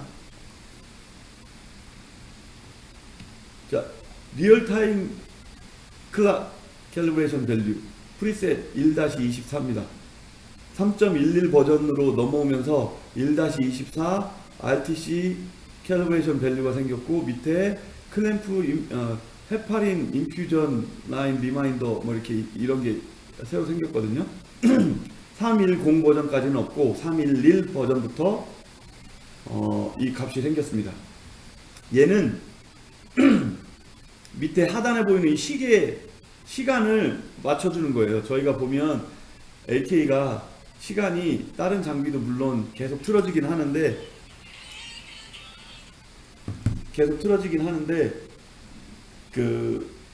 좀 더 틀어지거든요. 값을 좀 고정해주지 않으면 굉장히 빨리 틀어지는 시간이기 때문에 예전에는 저희가 선생님 이거 저 시계 용도라기보다는 참고용으로만 쓰시고 시계는 벽에 있는 시계 보세요 이렇게 얘기를 했었는데 이 시계가 안 맞으면 선생님들이 차팅하는데도 계속 그 보정해야 되고 뭐 그러니까 컴플레인이 좀 있어요. 요 근래 들어서.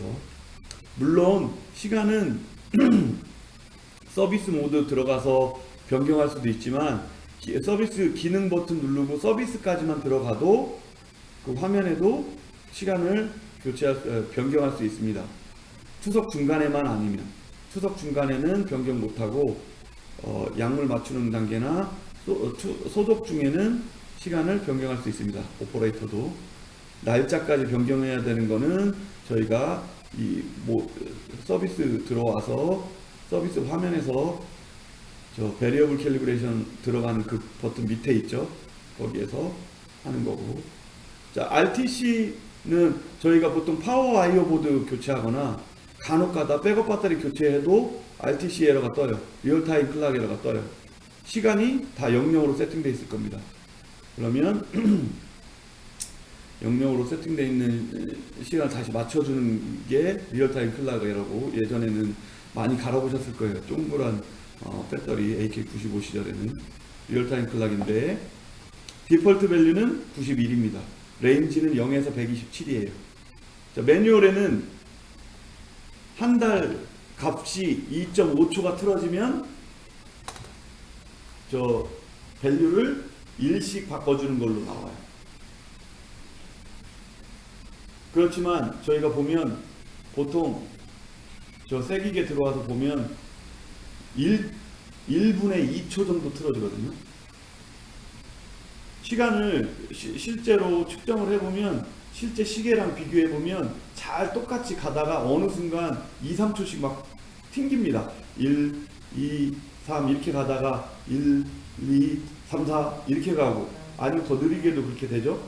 이렇게 시계가 조금 초가 균일하지 않습니다. 그렇기 때문에 그 값을 보는 건데 매뉴얼을 먼저 설명드리면 한 달 동안 2.5초가 틀어지면 1이라는 숫자를 변동을 주는데 1이 증가하면 시간이 천천히 가는 겁니다. 1이 감소하면 시간이 빨리 가는 거고 지금 여기 설명해 보시는 것처럼 슬로우 다운 더 클락이고 스피드 업 더 클락이에요. 2.5초를 보정해 주는 게 아닙니다. 이게 한 달 비교해 보니까 2초가 틀어졌네? 그럼 1이네? 이게 아니고 2초를 맞춰주는 게 아니고 개념은 스피드예요. 스피드가 올라가는 거고 낮아지는 거예요. 그렇기 때문에 실제로 보면 한 달로 볼 게 아니라 제가 한번 해보니까 1시간 정도로 보면 될 것 같은데 2초 보통 우선 매뉴얼상에 그렇게 나와 있고요. 월, 그 다음에 포인트는 시간의 변화가 아니고 시간 스피드의 변화다. 초점은 그거예요. 그렇기 때문에 한 번에 맞추기는 어렵고 한 두 번 정도는 해야 얼추 맞는데 한 번만 해도 확실히 빨리 틀어지는 건 막을 수 있습니다. 그렇기 때문에 병원에서 시간을 굉장히 엑살리스 쓰거나 아니면 시간을 되게 예민하게 봐서 시간이 자꾸 틀어진다고 얘기하는 병원이나 그런 병원들은 이렇게 값을 조정해 줄 필요가 있는데, 자, 예를 들어서 프리셋이 91이고 한 달 비교했을 때 120초가 틀어졌어요. 그러면 밑에처럼 91 빼기 120을 2.5로 나눠 가지고 그 값을 빼주면 43이라는 값이 나오고 43을 넣어주면 되겠죠. 그런데 제가 실제로 해보니까 우선 스톱워치를 준비하시고 기계에 시간을 초가 나오죠. 기계에 초가 나오니까 스톱워치로 1분만 비교해 보신 다음에 60초 중에 2초가 틀어진다. 그러면 1시간으로 확대. 그러면 120초죠. 1시간이면. 그렇게 해서 먼스를 1시간으로 해서 접근하셔도 될 것 같아요. 물론 두 번째 할 때는 시간이 먼스 정도 될 정도의 데이터가 충분히 벌어지면 그때는 매뉴얼대로 하시면 될 것 같고. 그래서 처음에 틀어진 거를 계산해 보시면 1분에 1, 2초 정도 틀어질 정도로 크다. 그러면 1분 정도의 데이터로 1시간으로 확대해서 그 값을 기계에 넣어주시면 됩니다. 기계가 시간이 빠르다. 그러면 값을 증가시켜줘야 되고, 기계의 시간이 느리다. 그러면 값을 감소시켜줘야 됩니다. 그래야 빨라진다는 얘기예요. 반대로. 자, 잘 이해하셔야 됩니다. 증가시키면 프리셋 값을 증가시켜주면 시계가 느려져서 타임이 빠른 걸 보정해 주는 거고, 프리셋 값을 감소시키면 시간이 시간이 빨라져서 시간이 현재 느린 게 빨라지게 됩니다. 그렇게 이해를 하시는 거예요. 그래서 병원에 컴플레인이 있는 병원들은 리얼타임 클락 캘리브레이션을 밸류를 맞춰주셔서 시간을 맞춰주시면 된다. 자, 그러면 네. 보통 AK 장비가 시간이 좀 빠르잖아요. 대체적으로. 느린 그리고 경우도 있습니다. 아티스가 대체적으로 느리지 않나요? 대체적으로. 그렇죠. 네네. 느린 것도 있어요. 그러면 예를 들어서 시간이 빠르면 예를 증가시켜야 됩니다. 계산해서 빠르니까 증가시켜야 되겠죠. 네네네. 2를 넣든지 증가되겠죠. 네네. 그러면 예를 들어서 아까 했던 1시간에 60초에 1초? 네, 1, 2초 정도 차이 나더라고요, 보면. 네, 2초 차이 난다면 예를 들어서 60초에 2초 차이 났어. 그러면 1분이면 66에 36가 360에 6배니까 12? 아니, 그러면 12를 120. 푸는 거야? 120이죠, 120. 맞아요? 2초니까요. 622. 120. 네. 너무 좋아. 2초씩. 맞아요? 네. 1분이니까 620이죠. 120. 그럼 2초씩 91 빼기 91 빼기 요 숫자대로 하면 되겠네요. 네네네. 2.5 120에서 네. 그럼 48. 그러면 43을 넣는 거예요? 그렇죠. 숫자를? 네네네. 좋습니다. 네. 그런데 3.1.1 버전부터 이게 있잖아요. 이제 앞으로 이제 저희가 3.20 버전도 나올 텐데 3.1.1인데 310에는 없습니다. 3.1.0에는 이 프리셋이 없어요. 1-23까지밖에. 그런데 혹시 엑살리스가 아니고 디아몬트를 쓰는 병원은 안 됩니다. 디아몬트는 311에 안 붙어요. 310까지만 지원합니다. 제가 청주성모에서 청주성모가 지금 디아몬트 쓰거든요. 디아몬트 쓰는데 기계 하나가 문제가 있어서 서울에서 새로 받은 기계가 있는데 311 버전이 와 있길래 얘를 제가 프리셋을 손수 옮길 수가 없어서 다 310이라 다 해서 맞춰서 310 쓰면 좋겠다 해가지고 310을 해놨는데 저 프로그램이 EMR하고 연동이 안 돼서 한 달 정도 그냥 막 그 IT에서도 2주 정도 IT에서도 막 하다가 제가 메일을 받았는데 디아몬트 만든 회사에서 메일이 왔습니다. IT로 공유해줬는데 얘기는 이 디아몬트는 2.0 버전에 개발한 거다.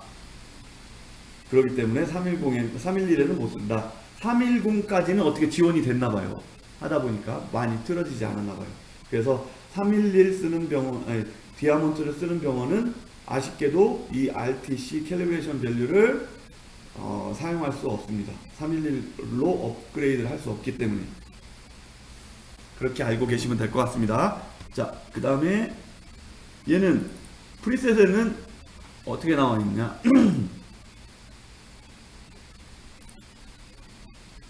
이렇게 표현되어 있습니다. 1-25는 클램프 헤파린 라인 리마인더가 새로 생긴 거죠. 인퓨전 리마인더만 있었는데 클램프, 그 다음에 여기에 리얼타임 클락 캘리브레이션 밸류는 유저가 할 수 있게, 조정할 수 있게. 그래서 인크리즈는 슬로우 다운이고 디크리즈는 스피드 업이다.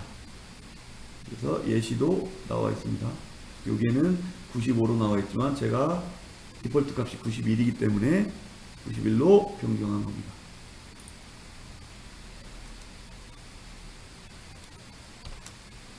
이 부분도 잘 숙지하고 계시면 도움이 될 거라고 생각이 됩니다.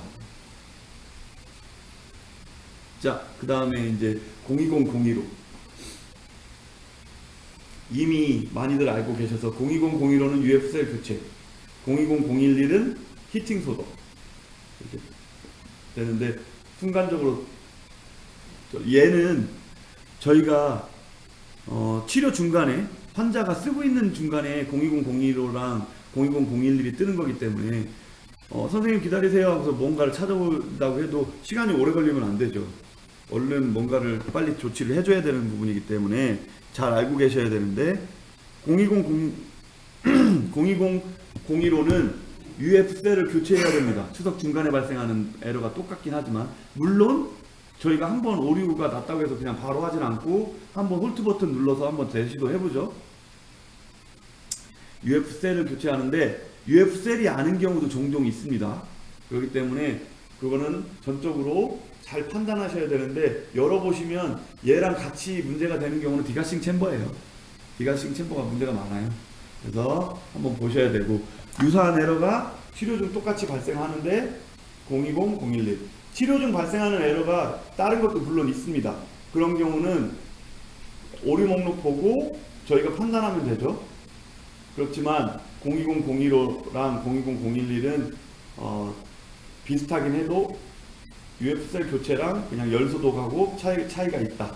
0504, 020, 015, 041 Unstable Flow Signal During Self Calibration 얘는 UF셀 교체다.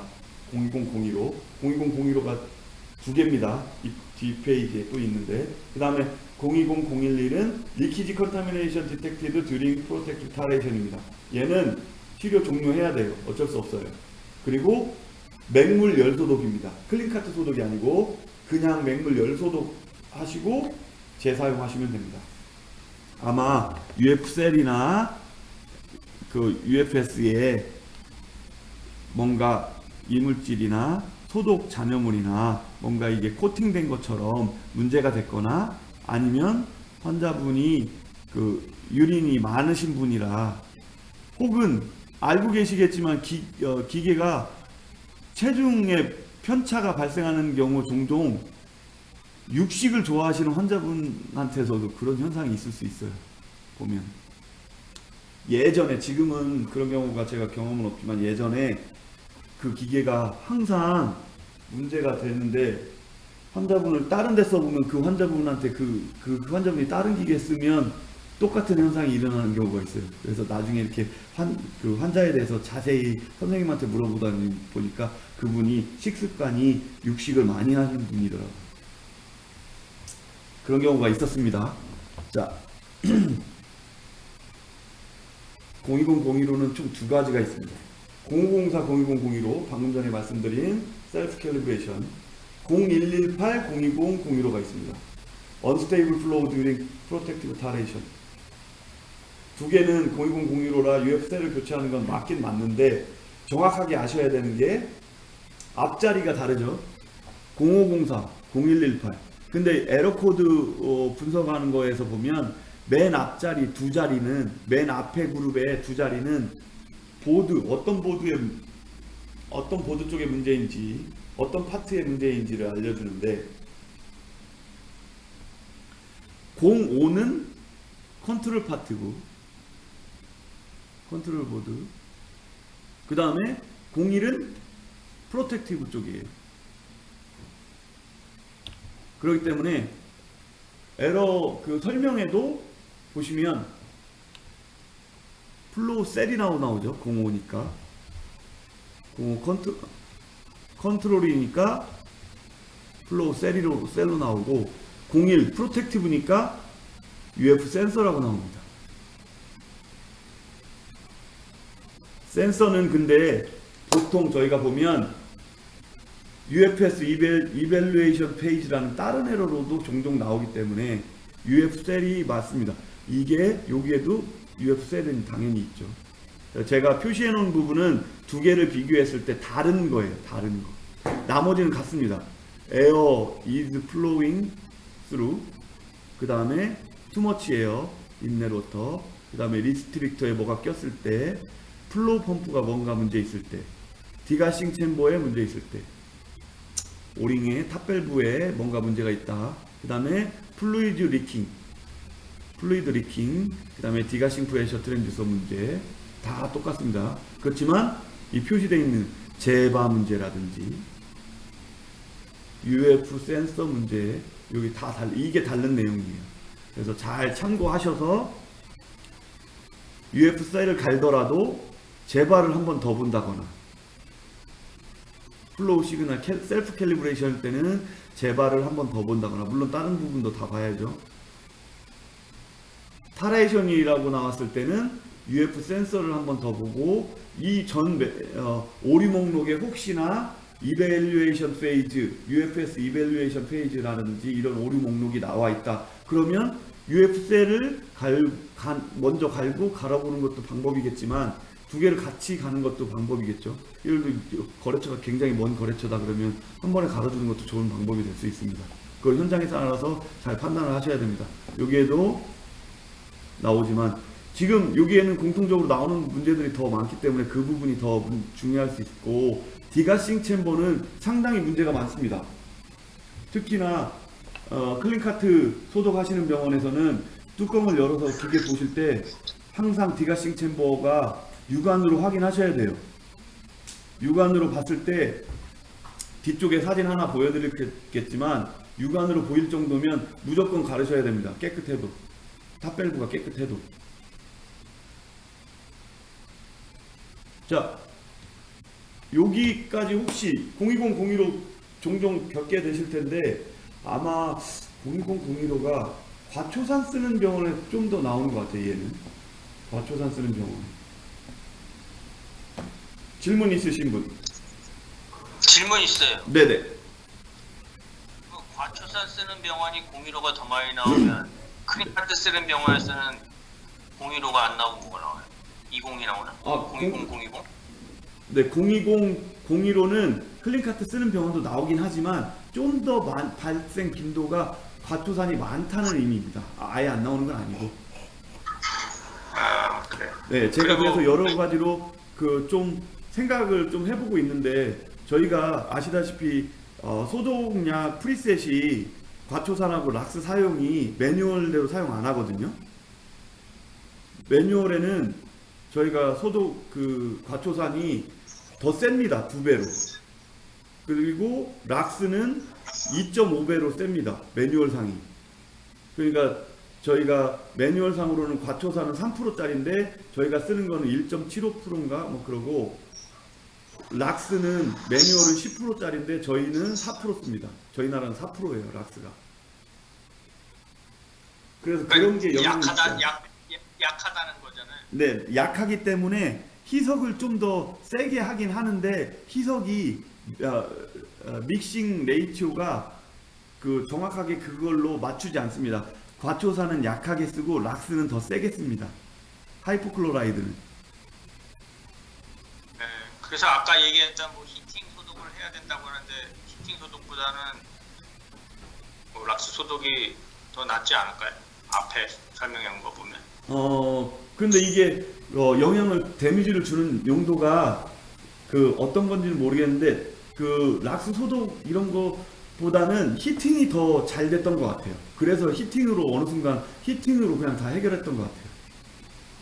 아 그래요? 네네네.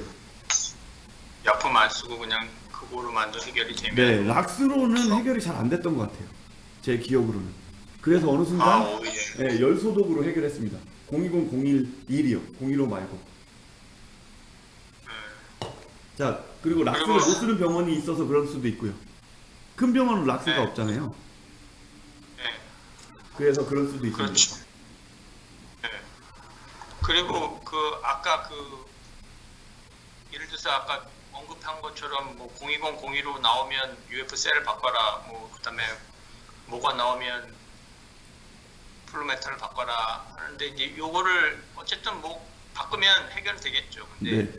바꾸기 전에 뭔가 좀 더 예를 들어서 이 캘리브레이션 인터널을 뭐 해본다든가 아니면 뭐 소독을 해보다든가 뭔가 바꾸기 전에 네. 한번 할 수 있는 걸 먼저 더 얘기해 주시는 게 조금 도움이 되지 않을까 생각이 되네요. 여러모로. 020, 01호가 여러 가지를 해봤지만 UF-셀 갈지 않으면 해결이 안 됩니다. 경험이 많습니다. 그런 말씀 없는 거고 저는 조금 더 네네네네. 그런 게 상황에서 해줄 수 있는가 했어. 네네네 맞습니다. 맞는데 저희가 020, 01호 해서 베리어블 캘리브레이션에서 넘겨서 해본 적도 있고 이렇게 해서 해봤는데 그게 효과가 없이 문제가 다시 발생하는데 이 문제가 셋업하거나 소독 중에 나오면 그냥 상관없는데 환자 사용 중에 나오는 문제다 보니까 그렇게 대처를 하다 보면 컴플레인이 엄청납니다. 환자를 옮겨야 되고 예민한 환자 걸리면 병원에서도 쩔쩔매고 그렇기 때문에 이렇게 말씀드리는 건데 물론 정확하게 분석을 하시는 게 맞습니다. 그 UF 우리가 저기 분석기 가지고 하잖아요. 네네네. 어나리시스 가지고 하는데 이제 뭐 GXL이나 네. 하다 보면 이 에러가 나올 때 보면 채널 1하고 채널 2하고 실제적으로 아니 보셨는지 모르겠지만 네. 차이가 있는 걸 한번 봤을까요? 아니지. 아니면 일시적으로 한 방 딱 맞는 그런 결과일까요? 아니면 제가 그걸 알고 싶은 거죠? 따로 분석하지는 않았습니다. 나중에 한번 분석해 보겠습니다. 네, 저도 기회가 되면 한번 보겠는데 네네네. 예전에도 보통 UF-셀은 분석해 보면 채널 1과 채널 2하고 숫자가 우리 저희 뭐죠? 그 아티스 플로메타 4개 보는 것처럼 보다 보면 뭐 500과 520이 아니고 500과 560이 나온다거나 뭐 이런 경우가 있는데 뭐 지금도 하고 있는지 모르겠지만 그 가운데 있는 그 드라이버 돌려가지고 간격 맞춰서 뭐 해결하는 경우도 있고 뭐 그랬었던 것 같습니다. 네. 일단 다음에 한번 네, 제가 한번 자세히 보겠습니다. 보시기 바랍니다. 예. 자, 이제 저희가 기계를 PM을 할 때 열든 아니면 다른 고장 원인으로 열든 반드시 확인하셔야 되는 부분이 세 군데가 있습니다. 그 중에 하나가 풀바입니다. 풀바. 플러시 밸브. 여기는 위치는 제가 아까 뒤쪽에 있나? 자, 밸브 위치는 맨 상단에 있는 3웨이 밸브입니다. 3웨이 밸브인데 여기에 납작 그 파티클 필터도 달려 있고 앞쪽에 이제 바이카트 믹싱 챔버 쪽으로도 연결돼 있고 그 맨 위쪽이라고 보시면 돼요. 맨 위쪽인데 기계를 열었을 때 이거는 진짜 구형 밸브에 오래 쓴 병원의 케이스고 대부분은 이렇게 밸브에는 표시가 없습니다. 밸브에는 표시가 없고 여기 밑에 여기 셀이 있는데 셀 커버에 흔적이 있습니다. 물 샌 흔적이. 그래서 기계를 열었을 때 반드시 확인하셔서 얘가 쓴 적이 있다. 그러면 얘를 멤브레인 이 정도까지 갔으면 여기에 문제가 있다. 그러면 얘는 멤브레인만 교체해서는 안 되고 다 교체해야 되고, 여기에 표시가 없고 여기에만 있다. 그러면 멤브레인만 교체하셔도 됩니다. 여기 이렇게 됐다는 거는 여기에도 스케일이 껴서 가로도 정상 동작을 할 수도 있고 안 할 수도 있기 때문에 통째로 아세이를 갈아주시고, 여기에 흔적을 물방울 흔적이 있어서 간다 그러면 이 멤브레인만 교체하셔도 상관없습니다. 그런데 여기에 이 정도까지 갔고 실제로 이런 오류 목록이 나왔다 그러면 셀까지 망가진 거예요. 그래서 셀은 여기가 이렇게 탔죠. 셀이 물이 흘러서 카바가 있지만 물이 타고 들어갑니다. 플라스틱 카바가 있지만 타고 들어가서 3대1 정도가 A셀 밑에 P셀이라고 했죠. 여기를 타고 내려가서 P셀을 데미지 줍니다. 또 마찬가지로 커버가 있지만 커버를 타고 들어가서 이 정도까지 되지 않게 하게 하는 가장 좋은 방법은 항상 기계를 열었을 때 확인하고, PM을 하게 되면 전체 장비를 다 열게 되니까 PM은 2년에 한 번씩 할 때 꼭 확인하시는 게 좋을 것 같습니다. 물론 가로도 세는 기계는 금방 셉니다.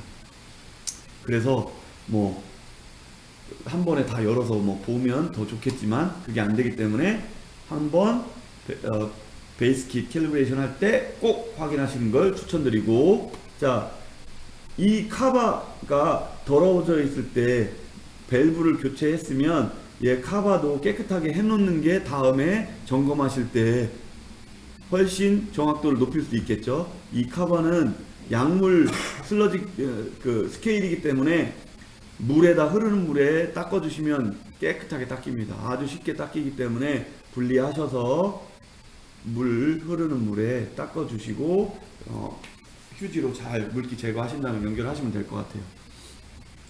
그래서 빈도수는 아주 높습니다. 특히 클린카트 소독 병원에서 빈도수가 아주 높습니다. 클린카트 소독. 자, 일주일 중에 5일은 과초산 쓰고 일주일에 한 번 혹은 2주에 한 번 클린카트 소독을 한다. 클린카트 소독 병원입니다. 과초산 소독 병원 아니에요. 클린카트를 한 번만이라도 쓰는 병원이면 클린카트 쓰는 병원입니다. 잘 셉니다. 과초산 쓰는 병원도 당연히 세고요. 그렇지만 빈도수로 봤을 때는 훨씬 클린카트 소독 쓰는 병원에서 세는 경우가 많습니다. 그리고 이 문제로 A랑 P랑 손상을 일으키는데 이렇게까지 될 정도로 있었으면 손상이 되는 거기 때문에 미리 확인하면 이 부분을 막을 수 있어요. 그래서 셀을 교체하는 일을 막을 수 있기 때문에 충분히 수고를 감당할 수 있습니다. 자, 이게 새 기계에서도 셀이 망가져서 이렇게 나오는데 여기서 안 새도 여기가 쇼트난 경우가 있었습니다. 여기가 쇼트나면 여기가 지금 템퍼레처 같은데 여기가 쇼트나면 아주 미세하게 뭔가 문제가 발생할 수 있습니다. 그렇기 때문에 여기에 흔적이 있으면 위아래 이런 문제가 없다고 해도 한번 열어서 확인해 보시는 것을 추천드립니다. 물론 A랑 P랑 셀을 분리하는 게 엄청 힘들죠. UF셀보다 제가 봤을 때 제가 판단하기로는 UF셀보다 P셀 뜨이는 게 더 힘듭니다. UF셀은 보드 같은 거 하나도 안 건들고 그냥 셀만 쭉 빼면 되기 때문에 힘들 게 없는데 얘는 걸리는 게 워낙 많고 앞에 나사 풀르는 것도 난관이 많습니다. 그래서 한번 보시고 만약에 에러가 났는데 컨덕티비티 관련돼서 value sent to CPU P 뭐 inlet water conductivity 뭐 이렇게 여러 개가 뜬다 그러면 새서 셀을 망가뜨렸기 때문에 셀 준비해서 가셔야 되는 거 잊지 마시고, 자, 제가 말씀드린 대로 풀바를 확인하셔야 되고 나머지 두 군데 디가싱 챔버 여기 새는지 보셔야 되고 그 다음에 여기 이게 제바입니다. 제로 밸브. 여기가 UF 셀이에요. 오른쪽 위에 제로 밸브가 있습니다. 얘는 이 카바에 센 흔적이 있는지 보시고, 여기에 버스 케이블처럼 이 케이블들이 많다 보니까 많이 새는 게 아니고 아주 미세하게 새는 거기 때문에 여기 커버에 없고 그 케이블에 떨어져서 흘러내려서 케이블에 있는 경우도 있습니다. 그렇기 때문에 손으로 여기 만져보고 밸브 만져보고 케이블도 확인하셔야 됩니다. 이 세 군데가 가장 메인이에요. 가장 많이 새고. 그렇기 때문에 꼭 확인하고, 이 부분은 말씀드린 대로 비어레이팅 챔버 여기에서 새서 여기에 스케일이 많이 껴있는 경우 있지만, 이거는 그렇게 많이 새도 문제되는 경우가 없습니다. 많이 간혹 가다가 뭐 문제 비어레이팅 챔버 뭐 레벨 뭐 관련해서 뜨는 경우는 있지만, 대부분 스케일만 껴있지 에러는 없어요. 다만 얘는 아까 020015에서도 보셨지만 제바에서 리크가 있으면 그 체중이 문제가 생길 수 있습니다. 그렇기 때문에 열었을 때 꼭 확인하고, 이게 또 디가싱 챔버에서 새잖아요. 그러면 여기가 시커멓게 변해 있는 경우도 있습니다. 아니면 하얗게 뭔가 껴 있는 경우도 있고. 그런데 얘는 문제는 니은자 플레이트 위에 디가싱 챔버가 있다 보니까 간혹 가다가 이 플레이트가 살짝 기울기가 있어서 이쪽까지는 리크가 안 보이는 경우가 있어요. 안쪽에만 리크가 있어서 벽으로 그냥 바로 타고 내려가는 경우가 있습니다. 그런 경우에는 이 커넥터들이 아쉽게도 이 챔버 밑에 붙어 있어요. 그러다 보니까 커넥터에 데미지를 주는 경우가 있기 때문에, 여기에 리크가 있다 그러면 여기에 커넥터가 총 3개가 있는데 3개 다 빼서 확인하셔야 됩니다.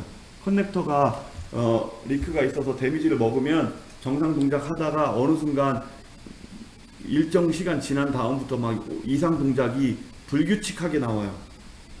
그래서 찾기가 매우 어렵습니다. 그렇기 때문에 갈고 나서도 항상 보셔야 됩니다. 또 여기에서 아까 PM 설명할 때 안 드린 게 있는데, 자, 여기에서 이 탑밸브의 오링을 교체하실 때, 혹은 무슨 문제로 디가싱 파트를 점검하기 위해서 이 탑밸브를 분리하실 때, 이 통째로 얘를 다 분리하셔야 돼요.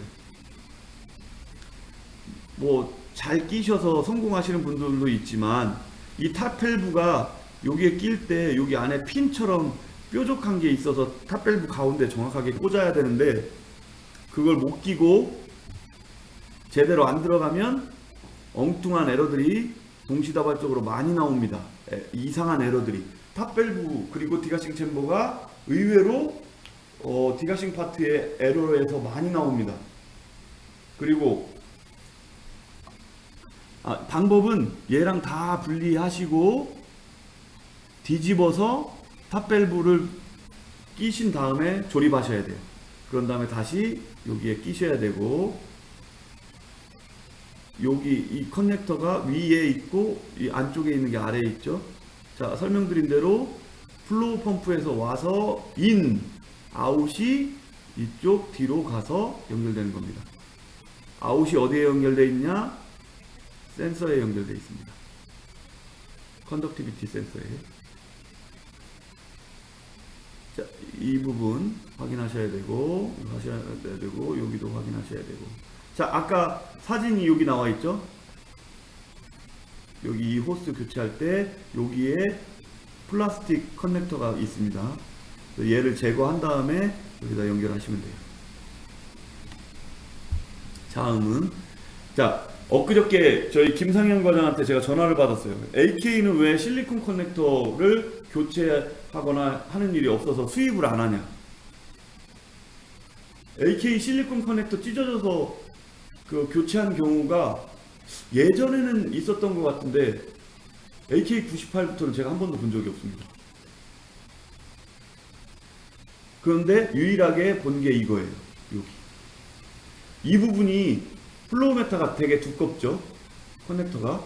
그래서 여기가 굉장히 실리콘 커넥터가 얇습니다. 그런데 다행인지 불행인지 이 커넥터는 이 플로메타 가를 때 교체하라고 들어 있습니다. 실리콘 커넥터가. 그래서 얘가 찢어져서 물을 쏘는데 위아래 채널 1, 2 다 마찬가지입니다. 물을 쏘면 굉장히 세게 물을 뿜어요. 그래서 그 물이 다 어디로 가냐면 프론트 IO 보드로 갑니다. 프론트 IO 보드에도 물론 앞뒤로 투명 플라스틱 아크릴 커버가 있죠. 플라스틱 커버가. 그렇지만 얘도 마찬가지로 물을 쏴서 벽을 타고 보드로 들어갑니다. 카바를 왜 만드는지 모르겠어요. 이왕 만들 거 아주 튼튼하게 좀 만들든지 틈이 없게 만들든지 했으면 될 텐데. 그렇기 때문에 자, 에러 보세요. Can open communication error, heartbeat error, 이런 게 같이 뜨는 거예요. 보드가 문제가 됐기 때문에 기계가 보드가 뭔가 문제 있네 하고 껐다 켰을 수도 있고. 자, 여기 볼티지 에러 뜬 거는 선생님들이 홀트 버튼을 눌렀다는 얘기죠. 그래서 이렇게 에러가 나오면, 키자마자 나오면 커뮤니케이션 에러니까 소프트웨어 뭐 문제인가? 허트비트 에러로 접근하는 게 아니라 보드가 실제로 문제가 있는 겁니다. 특히나 투석 중간에 이런 문제가 발생했다면 컨덕티비티가 아니라면 프론트 IO일 확률이 아주 높습니다. 그렇기 때문에 두 개 준비해 가야 되는데 요즘 새로 세팅한 병원이면 버전 3이기 때문에 아무 문제가 없이 그냥 버전 3만 준비하면 되겠지만, 기존 기계가 섞여 있는 기계다 그럼 버전 2랑 버전 3랑 두 개 다 준비해 가셔야 됩니다. 따로 호환이 되지 않기 때문에 두 개 준비해 가셔야 되고, 실리콘 커넥터는 말씀드린 대로 UFS 센서에 같이 동봉되어 있습니다.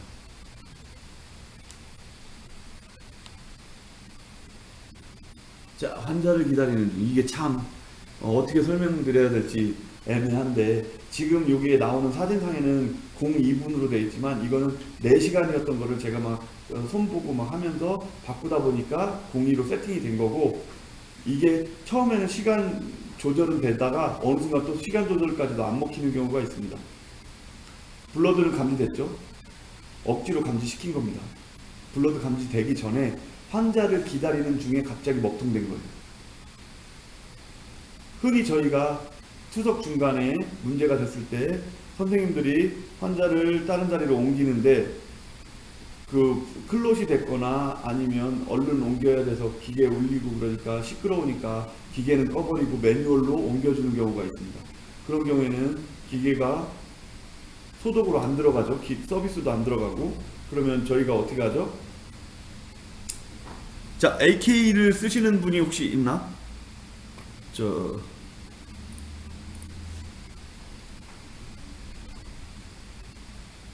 윤건우 사원님 혹시 AK 담당하고 있어요?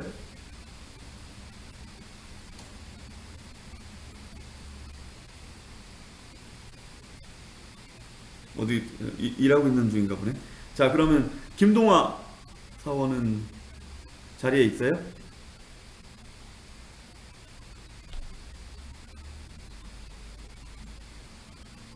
동영상 잘 보세요. 자, 설명드리면, 자, 이게 저희가 투석 중간에 그런 경우가 있어서 소독으로 넣으려면 어떻게 해야 되죠? 바이카트 열고, 바이카트가 장착은 안 돼 있지만 바이카트 장착된 것처럼 열고, 약물 포트 A 약물에 연결된 것처럼 내리고, 다일라이저 커넥터에 연결된 것처럼 플루이드 튜브를 내려놓고, 그런 다음에 어떻게 하죠? 시간을 늘렸다가 1시간이든 2시간이든 늘렸다가 내리면 치료 시간 만료라고 뜨죠.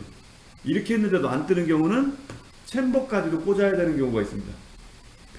비너스 챔버에 챔버를 꽂아서 투석처럼 똑같이 만들어 놓은 다음에 시간을 늘렸다 내리면 치료시간 만료. 근데 지금 여기에서 사진에 나오는 이거는 그게 아닙니다. 환자랑 연결되기 전에 이게 나온 거예요. 그런 경우에는 제가 2번 경험했는데, 하나는 교육 중이었고 하나는 사용 중이었는데, 이런 경우 프로그램 재설치 했던 경우밖에 없습니다. 뭐를 해도 해결 안 됩니다. 약물까지 다 맞추고 수석하고 똑같이 만들어주고 뭐든지 해도 안 돼요. 프로그램 재설치 하시는 방법밖에. 기능 버튼도 안 눌리고 아무것도 안 들어가잖아요. 그렇기 때문에 USB를 넣으면 다행히도 USB를 껴서 기계를 껐다, 홀트 버튼 눌러서 껐다 키면 그게 됩니다. 네, 부장님 소리 안 들려요? 잠시만요.